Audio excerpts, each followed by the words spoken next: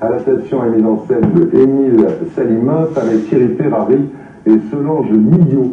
Alors, ça retombe sur vous, ce coup-là. Ouais. Alors, il s'agit de l'adaptation d'un des 3 romans inachevés de Kafka. Il y a le procès, il y a le château, et il y a America ou le disparu, que ce sont des romans qui ont été édités après la mort de Kafka, contre sa volonté d'ailleurs, puisqu'il ne souhaitait pas que ça paraisse. Mais enfin, heureusement pour nous, son ami Max Brod a enfreint ses dernières volontés. Et c'est un roman très intéressant, c'est un roman sur l'immigration, bien que Kafka ne connaisse absolument pas la situation, puisqu'il n'a jamais mis les pieds lui-même en Amérique. Et c'est un peu le climat de l'immigrant, le film de Chaplin, c'est un peu la même époque. Et c'est monté par Émile Salimoff un peu dans le même esprit, du cinéma muet, avec beaucoup de gags visuels. Ce que je trouve prodigieux dans le spectacle, c'est la modicité des moyens, parce que franchement, c'est monté avec 3 sous, beaucoup d'imagination, un décor très astucieux. Et ce qui fait que ce spectacle, il n'est pas parfait parce que les interprètes ne sont pas extraordinaires, mais il est vraiment, vraiment malin et on ne s'ennuie pas. Il est plein d'imagination. Moi, j'ai passé un très bon moment. Je serais encore plus positif et plus enthousiaste. Je suis oui, j'ai beaucoup aimé, j'ai très très bien reçu ce spectacle qui était effectivement monté avec 3 francs 6 sous, très très peu de choses. Mais alors l'esprit de Kafka est formidablement restitué par ce garçon d'origine russe qui s'appelle Salimoff et qui nous offre le prétexte à entrer dans cette œuvre, car on lit beaucoup le château et le procès, mais peu de gens lisent l'Amérique. Et effectivement, le 3e volet du triptyque. C'est très beau. Je me permets de vous arrêter pour vous rappeler qu'il y a eu une adaptation il y a quelques années de Philippe Adrien, absolument remarquable, à la Cité de la Tempête. C'est un très beau livre qui raconte l'histoire d'un jeune émigrant. Il a dit Jacques, polonais, il a 16 ans, il engrosse la bonne de ses parents, il est tchèque.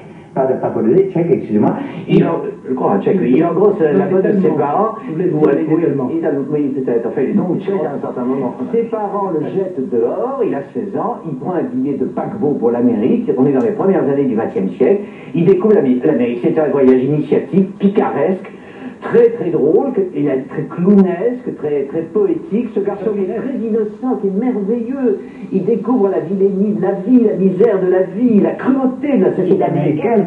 Et comme là, le roman est fait de plusieurs séquences. C'est un voyou, il a de mauvaise fréquentation, il se laisse savoir. C'est un peu Pinocchio. C'est un peu, oui, il est d'une innocence et d'une naïveté merveilleuse. Le garçon qui joue le rôle s'appelle d'ailleurs Thomas. Thierry Ferrari est excellent. Il est excellent, mais il est trop vieux, il faudrait qu'il ait 16 ans. Ah, il n'a pas 16 ans. Ah non, il n'a pas 16 ans. Ah bah non, avec très peu de choses, Salimoff arrive vraiment à nous toucher, à rendre l'émotion, la poésie, la tristesse, l'amertume et en même temps l'optimisme extraordinaire de Kafka, parce qu'on croit toujours que Kafka était... C'est pas du tout ce roman, puisque c'est le seul qui se termine bien, qui se termine par un engagement du héros qui est au grand cirque de Lama. Et c'est la seule fin optimiste chez Kafka. Le Lama étant une espèce d'utopie qu'avait imaginé Kafka, où chaque homme, chaque individu trouvait son rôle selon ses mérites, dans un bonheur absolument, un bonheur universel. Pour la connaissance de Kafka et pour l'émotion que peut rendre le théâtre sur une œuvre